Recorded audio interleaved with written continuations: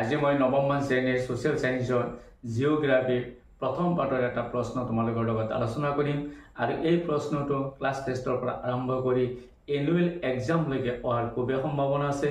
গতিকে তোমালোকে ভিডিঅ'টো স্কিপ নকৰাকৈ প্ৰথমৰ পৰা শেষলৈ চাই যাবা।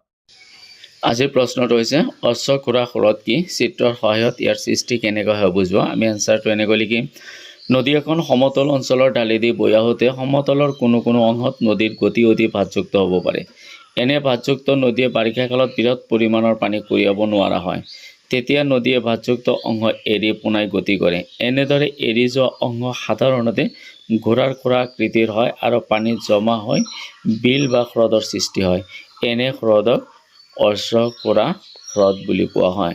আমি ইয়াৰ পিছত ইয়াৰ যিটো চিত্ৰ অংকন কৰিব দিছে, আমি চিত্ৰটো এনেকৈ যদি আমি অংকন কৰোঁ নিশ্চিতভাৱে আমাক এক্সামিনাৰ ফুল নম্বৰ দিব।